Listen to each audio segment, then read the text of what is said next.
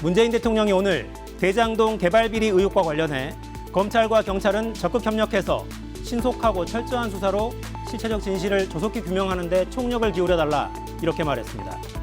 50.29% 득표율로 본선 직행 티켓을 잡은 이재명 경기지사. 대장동 논란을 일부 직원들의 일탈 이렇게 규정하면서 다가온 경기도에 대한 국정감사도 사퇴 없이 정면 돌파하겠다는 의지를 보였습니다. 오늘은 신경민, 김영우 전 의원 대담에 이어서 국민의힘 이준석 대표에게 정치 현안에 대한 입장, 또 전국 전망 들어보겠습니다. 사사건건 시작합니다.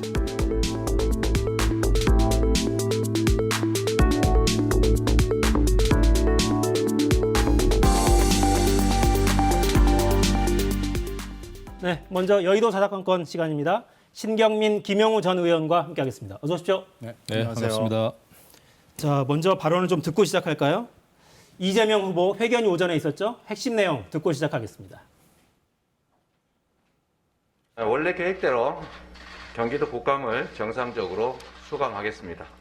대장동 개발과 화천 대유 게이트 관련으로 정치 공세가 예상되지만 오히려 대장동 개발 사업의 구체적 내용과 또 행정 성과를 실적을 설명하는 좋은 기회가 될 것으로 판단합니다. 인사권자 그리고 관리자로서 일부 직원들의 일탈 행위에 대해서는 다시 한번 사과드립니다. 네, 일부 직원들의 일탈 행위라고 했고 관리 책임 정도만 인정한 듯한 그런 모습입니다. 일단 야당 쪽에 먼저 여쭤봐야 될 것 같아요. 국감은 정상적으로 수감하겠다 이런 입장이거든요. 어떻게 보셨습니까? 그 경기도지사로서 국감을 수감하는 거는 정상적으로 응당해야 될 일입니다. 그걸 굳이 기자회견까지 열어가지고 국감을 받겠다라고 할 필요도 없어요, 사실은. 저도 뭐 과거에 이제 경기도 국정감사도 하고 했습니다만은, 근데 제가 의아스럽게 생각하는 것은 아직도 이재명 후보는 대장동 개발 사업에 지금 뭐 실적을 설명하는 좋은 계기가 될 것이다. 국감장이 말이죠. 아직도 대장동 게이트를 대단한 치적으로 생각을 하는 것 같아요.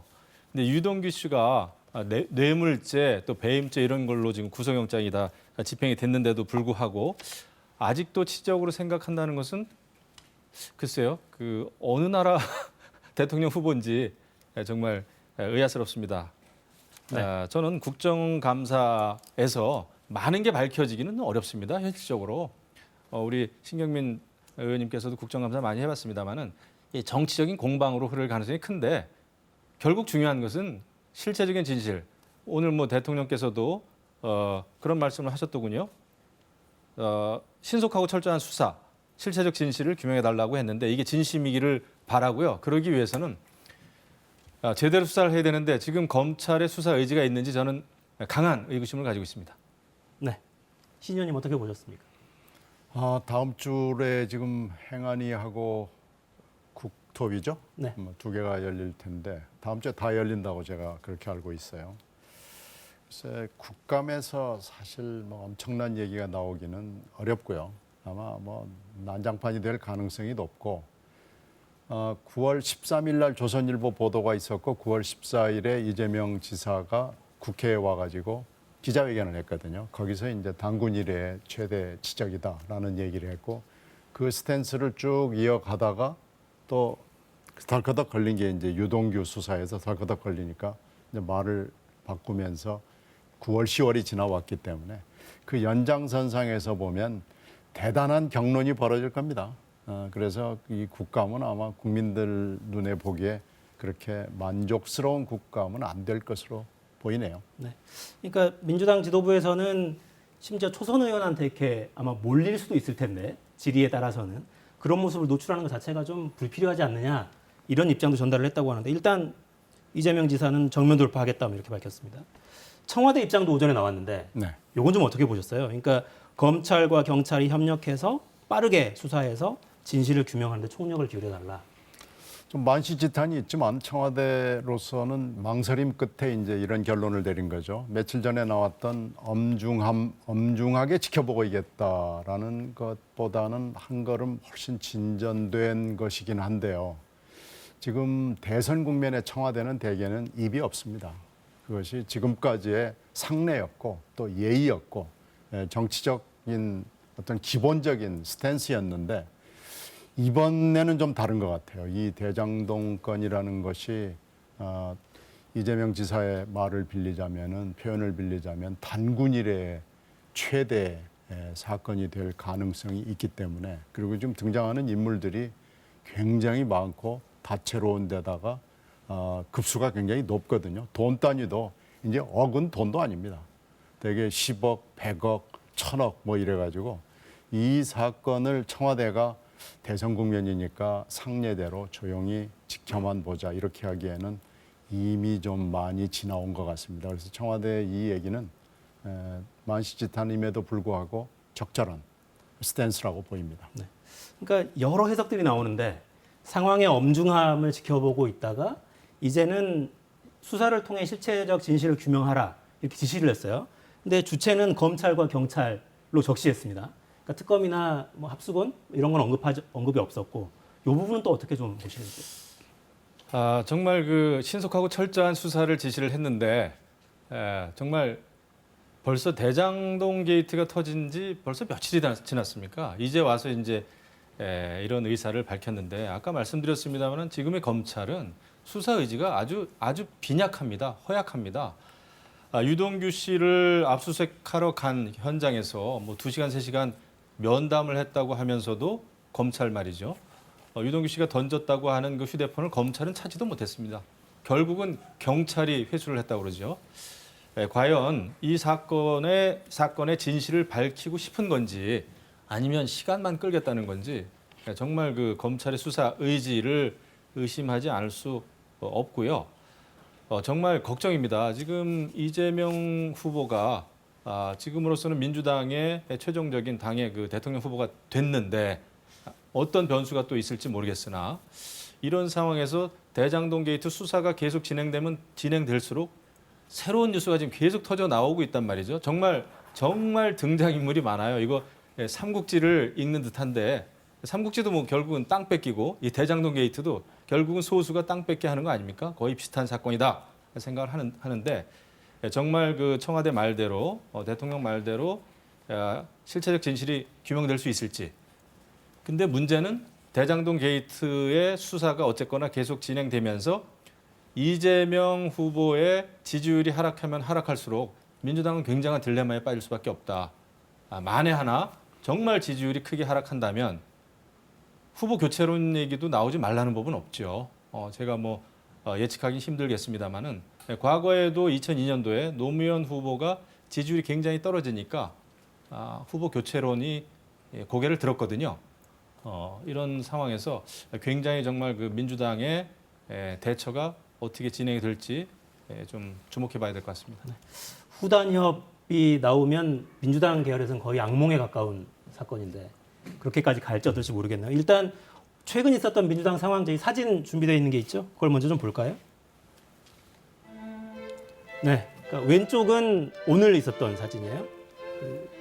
저기죠. 이재명 캠프 해단식, 해단 기자회견 모습이고요. 오른쪽은 이낙연 이제 지지 의원들이죠. 22명이 기자회견하는 모습입니다. 오른쪽은 어제 모습인데 일단 이재명 캠프는 그러니까 승리 선언하고 당 공식 선대위로 가야 되니까 캠프는 해단하는 거죠. 수순인데 어떻습니까? 이낙연 캠프 해단식은 준비가 안 되고 있습니까? 아직 일정은 없습니다. 일단 이의 신청을 해놓은 상황이고요. 이의 신청은 어제 오후 3시쯤 접수를 했고 송영길 대표가 내일 아침에 최고위원회를 통해서 결정을 하겠다라고 예고를 해놓은 상황인데 네. 최고위원회에서 이제 결론이 날 수도 있고 또 좀 길어질 수도 있고 그 상황은 내일 가봐야 알 거고요. 그걸 보고 캠프 문제도 결정을 해야 되는데요. 지금 현재 경선은 끝났다고 얘기를 하는 측이 있지만 저희 입장에서는 경선은 아직 진행 중이고요.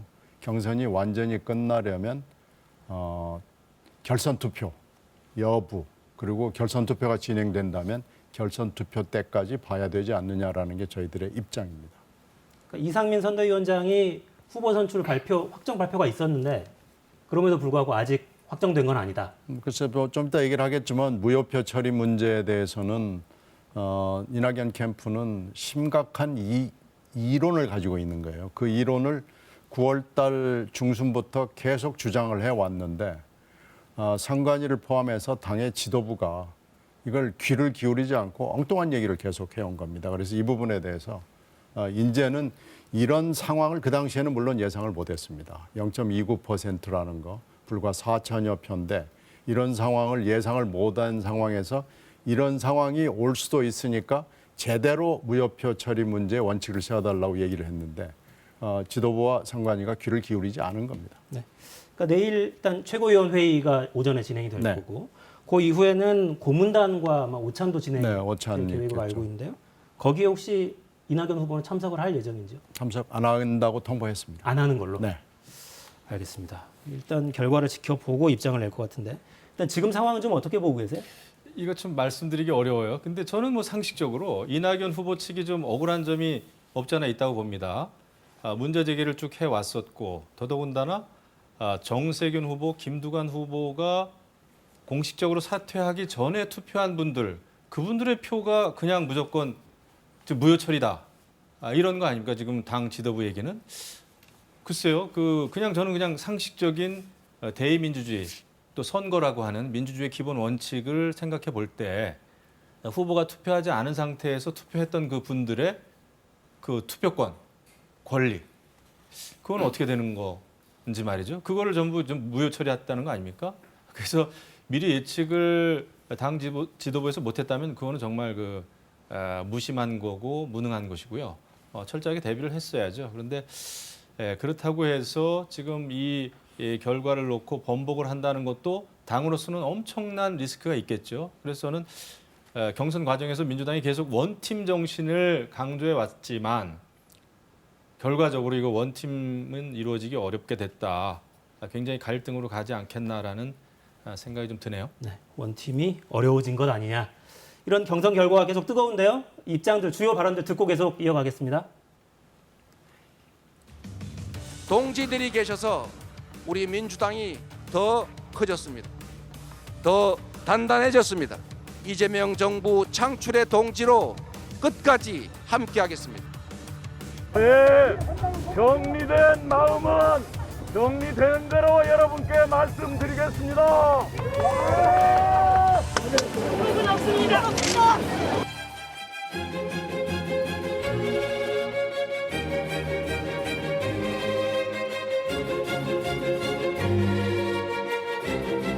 당연히 우리 국가 공동체를 위해서 희생한 분들에게 가장 먼저 인사드리는 것이 도리라고 생각합니다. 상식과 원칙 그리고 당헌 당규에 따라서 우리 당에서 잘 처리하실 것으로 믿습니다.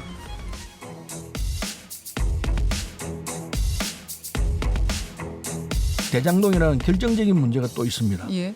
더군다나 그게 이제 우리 당 경선 과정에서 50.29%라는 아슬아슬한 상황으로 결정이 난 상태 비슷하게 돼 있습니다. 근데 59.29%가 맞느냐? 49몇 프로 맞는 거 아니냐? 구속 같은 후보 교체 상황이 오는 것도 상정해 볼 수 있다. 이런 발언을 하셨어요. 정량하고 싶지 않습니다. 그런 상황이 안 오기를 바라는데 그런 상황이 올 가능성이 굉장히 높아져 있다는 것은 객관적인 사실입니다. 어찌됐건 이의제기가 있어서 여러 가지 마음이 뒤숭숭하실 거 아니겠습니까? 그래서 내일 최고위원회에서 정리할 계획입니다. 지금 선관위원회는 사실상 이미 결정을 했기 때문에 추가로 법률적으로 이것을 다시 다룰 수 있는 것은 없어요. 그러나 정무적으로 저희가 최고위에서 다시 한번 의견을 정리해서 발표하도록 하겠습니다.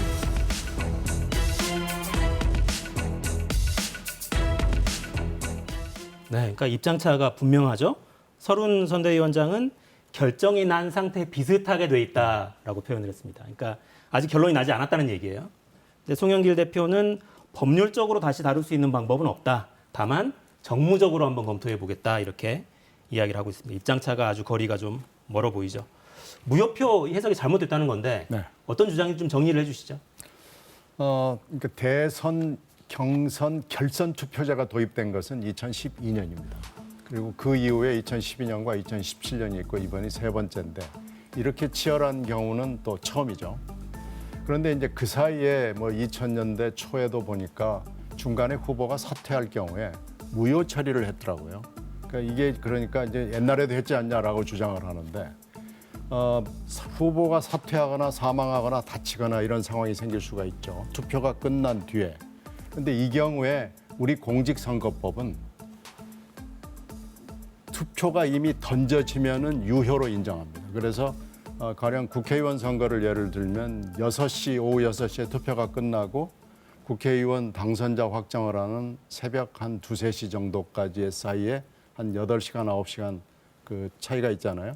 그 사이에 후보가 사망하거나 사퇴하거나 아니면 치명적으로 다치거나 이랬을 때 그 투표, 그 후보, 그 사람이 1위 후보일 경우에 이것을 무효로 하지 않습니다.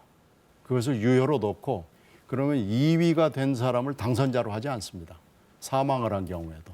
그러니까 마찬가지 정신으로 얘기를 하자면은 정세균 후보가 어느 순간에 사퇴를 하면 사퇴 이전에 정세균 후보에게 투표를 던진 사람들이 있을 거 아니에요. 그 표는 정세균 후보의 표도 아니고 민주당 표도 아니고 투표자의 표도 아닙니다. 그냥 그 투표는 이미 던져진 겁니다. 그러니까 사퇴 이후에 투표가 이루어진 것은 그건 무효죠. 근데 사퇴 이전에 던져진 표는 유효표로 공직선거법 정신에 따라서 헌법 정신에 따라서 인정하자는 거죠. 그 논리는 단순하고요. 판례도 있고 그 사이에 무효로 민주당이 해왔다면 이건 잘못된 겁니다. 잘못된 거다. 향후 절차는 어떻습니까? 그러니까 지금 그 당대표의 발언을 봐도 되돌릴 가능성이 높아 보이진 않는데. 송영길 대표나 이상민 선관위원장에 대한 기대는 뭐 요즘 말로 1도 없기 때문에 내일 결론은 사실 나와 있는 거죠. 다만 그렇게 될 경우 정치적으로 또 법률적으로 어떻게 해야 되느냐는 아직 결정을 못 했는데요. 이것을 법원으로 끌고 가는 것은 정치적으로는 맞지는 않다고 봅니다. 다만 이것을 법원으로 끌고 갈 수 있는 사람은 후보나 캠프만이 할 수 있는 게 아니고 그 소송 제기할 수 있는 사람은 사실은 유권자는 아무나 할 수 있습니다. 그렇기 때문에 그것까지 저희들이 제어를 하고 만류를 하고 할 수는 없죠. 그건 권하지도 않겠지만. 네, 유권자의 권리이기 때문에 저희들이 이건 법에 보장된 거니까 뭐라고 할 수는 없지만 후보나 캠프가 지금 이 정당대회 일을 법원으로 가져가자 이렇게 하기에는 좀 어려워 보입니다. 그래서 아직 결론을 낸 건 없습니다만은 내일 일단 그래도 송영길 대표한테 일말의 양식이 남아 있는지 한번 기다려 보는 거죠. 그러니까 정치 현안을 법원으로 끌고 가는 게 적절치는 않아 보인다라는 입장이라면 네. 일부 지지 그룹에서 그런 가처분이나 이런 움직임이 있다면 자제해달라고 요청할 생각은 없습니까? 그건 그분들의 권리죠. 권리기 때문에 저희가 이게 투표자가 던져지면 그분들의 권리로서 무효로 할 수 없는 거하고 똑같은 이치로 저희들이 그분의 헌법상의 권리, 법적인 권리에 대해서 이래라 저래라 하기는 어렵습니다. 네. 이낙연 캠프 쪽의 이의 제기는 합리적이라고 보세요? 아니면 억울하겠지만 도리가 없다고 보십니까? 그러니까 억울하시고 제가 봐도 원팀이 지금 어려워지고 있지 않습니까? 말씀만 들어봐도. 근데 모르겠어요. 물론 그 정당은 정치를 하는 집단이니까 최종적인 단계에서 정무적으로 판단을 할 수는 있겠으나 저는 그렇다고 해서 이것을 무조건 정무적으로만 판단할 일인가에 대해서 좀 의구심이 있습니다. 이런 거에 대해서는 법률적으로 조금 그 송영길 대표도 그렇고요. 당 선관위도 그렇고 법률적으로 좀 더 깊이 한번 들여다봐야 되는 거 아닙니까? 이런 일이 앞으로도 있을 가능성이 또 있고 물론 앞으로는 이런 일을 사전에 차단해야 되겠지만은 지금 당원 당규의 그 미비라 그럴까요? 불비 때문에 또 당 지도부의 그 대처가 상당히 소극적이었기 때문에 이런 일이 벌어졌는데 저는 법률적으로도 따질 거는 따져봐야 된다라는 생각을 합니다. 그래서 그거는 이제 물론 이제 법원으로 이 사건을 끌고 가는 거에 대한 이 정치적인 부담은 있겠으나 그것은 그것대로 저는 나름대로 의미가 있다 생각을 합니다. 어쨌거나 민주당이 이 원팀 정신이라고 하는 이 목표에 있어서는 굉장히 지금 어려워지지 않았나라는 생각이 좀 드네요. 그러니까 이게 턱걸이 과반이 아니었으면 사실 이렇게까지 됐을까 싶기도 하고요. 그렇죠. 그러니까 지금 3차 선거인단에서 62대 28 이런 아주 뭐 아무도 예측하지 못한 결론이 안 났더라면 50.29%라는 것도 안 나왔을 거고요. 그럼 0.29는 불과 4천여 표인데 4천여 표는 전체 지금 선거인단이 우리가 200만이 넘거든요. 그 물론 이제 투표한 분도 있고 안 한 분도 있지만은 이런 그 거대한 민심이 62대 28로 움직이고 있는 또 대장동 사건이 한쪽에 있고 이런 상황에서 이렇게 0.29로 막을 내렸고 유효 투표를 무효화해가지고 분모를 줄임으로써 50.29가 나왔다면 이걸 후보가 혹시 승복한다고 해도 지지자들이 용서하지 않습니다. 그러니까 지지자들이 4.4.5입 철회하라고 막 네. 피켓을 들고 시위를 하던데 그렇죠. 제가 봐도 이거는 현대판 4.4.5입 같이 좀 보여져요. 느껴지는데 만에 하나 이제 대장동 이 사건 때문에 이재명 후보의 지지율이 만약에 이제 급락한다. 사실 맨 마지막에 3차 선거인단 투표가 그 조짐을 좀 보여준 거거든요. 28대 62요? 네. 예. 엄청나게 사실 이재명 후보가 참패를 한 거죠. 이낙연 후보한테. 근데 만에 하나 앞으로 계속 지지율이 더 떨어지면은 지도부에 대한 또 당 선관위에 대한 그 비판이 굉장히 거세게 일겠죠. 그거 봐라. 그때 당신들 해석을 잘못하는 바람에 대선 망치게 생기지 않았느냐 말이죠. 이런 그 불만들이 터져 나올 수도 있겠다. 그때 가서 이제 후보 교체론 얘기가 막 나오면은 민주당으로서는 굉장히 당혹스럽지 않겠나 그런 생각이 듭니다. 근데 민주당 일이기 때문에 제가 뭐 섣불리 막 예측하기는 어렵겠으나 아무튼 조짐은 안 좋아요. 그러니까 이건 제가 한번 여쭤봐야 될 것 같아요. 그러니까 그 이낙연 캠프에서 나오신 분들은 계속해서 뭔가 증거가 있다. 하지만 밝히긴 좀 곤란하다. 조사하고 있다. 대장동 네네. 관련해서요. 그런 취지의 발언을 계속 해오셨고 네. 서른 선대위원장은 오늘도 그렇게 말하셨네요. 최소한 제보자 3명을 만나 직접 네. 이야기를 들었다. 네, 그렇습니다. 정신병원 감금 문제에 대한 증언도 청취한 바가 있다. 네, 그러니까- 그분은 저희도 아는 분입니다. 그러니까 신뢰할 만한 정보라면 믿을 만한 가치가 있다면 왜 공개하지 않고 계속 이렇게 이야기만 하는 겁니까? 그걸 확인을 해야 되는데요. 확인을 하는 것은 또 다른 차원의 문제거든요. 저도 뭐 상당히 많은 얘기를 듣고 있고 그게 만약 그 제보들이 사실이라면 정말 깜짝 놀랄 일이고 소름 끼칠 정도의 얘기들이 있습니다. 그런데 그것은 확인을 해야 되고 수사기관을 통해서 하나하나 검증을 해야 되는 문제이기 때문에 서른 의원도 얘기를 못하는 거고요. 만약에 그것의 뭐 반이라도 사실이라 그러면은 정말 이건 나라를 뒤흔드는 일이기 때문에 이게 지금 대선판 문제가 아닙니다. 그래서 그 얘기를 굉장히 조심스럽게 할 수밖에 없고 이것이 제보다 증거다라고 까기는 어렵죠. 확인되지 않았기 때문에 지금 단계에서 이야기하기는 어렵다. 이게 그 명락 캠프 간 설전 저희 준비돼 있죠? 보고 계속 말씀 나누겠습니다. 서른 의원님께서 굉장히 과격하게 모든 것들을 다 하시잖아요. 이기기 위해서. 그런데 만약 그게 신뢰할 만한 것이고 정말 구체성 있는 어떤 진술이었다라고 한다면 공개를 했을 텐데 공개를 하지 못했다라고 하는 것은 쓸모없는 정보, 찌라시성 정보다라고 이렇게 간주할 수밖에 없고요. 네. 지라시성 정보다 이렇게 이제 일축했어요. 그러니까 확인되지 않은 정보를 후보나 캠프 차원에서 공개하기는 곤란하다 이런 입장이신 거고 이 부분은 좀 어떻게 보십니까? 그렇죠. 그 이낙연 후보 측에서도 아무리 서른 의원이 됐다고 하더라도 어떤 그 정보에 대해서 이것을 대외 공포하는 것은 굉장히 정치적으로도 그렇고요. 큰 그 여파가 있잖아요. 결국은 뭐 민주당 입장에서는 정권 교체를 하긴 해야 정권 교체가 아니라 정권 연장을 해야 되니까 정권 재창출이죠. 그렇기 때문에 그것을 아마 쉽게 밝히기는 어려울 거다 이런 생각이 들고 결국 그것은 이제 수사의 형태로서 밝혀지는 것이 적절한 거죠. 네. 이낙연 캠프에는 이 질문을 드릴 수밖에 없을 것 같습니다. 그러니까 0.29% 네. 턱걸이 과반이다 이렇게 이야기하지만 또 전체 득표를 보면 꽤 많은 차이가 나요. 11%입니다. 11% 그 얘기를 차이가 송영길 대표가 했죠. 네네. 근데 그건 대표로서는 무책임한 거고요. 결선 투표제라는 제도의 취지를 완전히 깡그리 무시하는 거고요. 그렇게 대표가 얘기하면 결선 투표제를 없애야죠. 뭐 그래야지 11% 차이가 났으니까 승복해라. 그건 대표가 입에 담아서는 안 되는 얘기를 지금 한 겁니다. 네. 이낙연 캠프는 물러설 생각이 1도 없는 것 같습니다. 내일 일단 최고위 결과도 좀 지켜봐야겠네요. 자, 국민의힘 얘기로 좀 넘어가 보죠. 어제 4강 확정 후에 첫 토론회가 있었죠. 영상 보고 계속 말씀 나누겠습니다.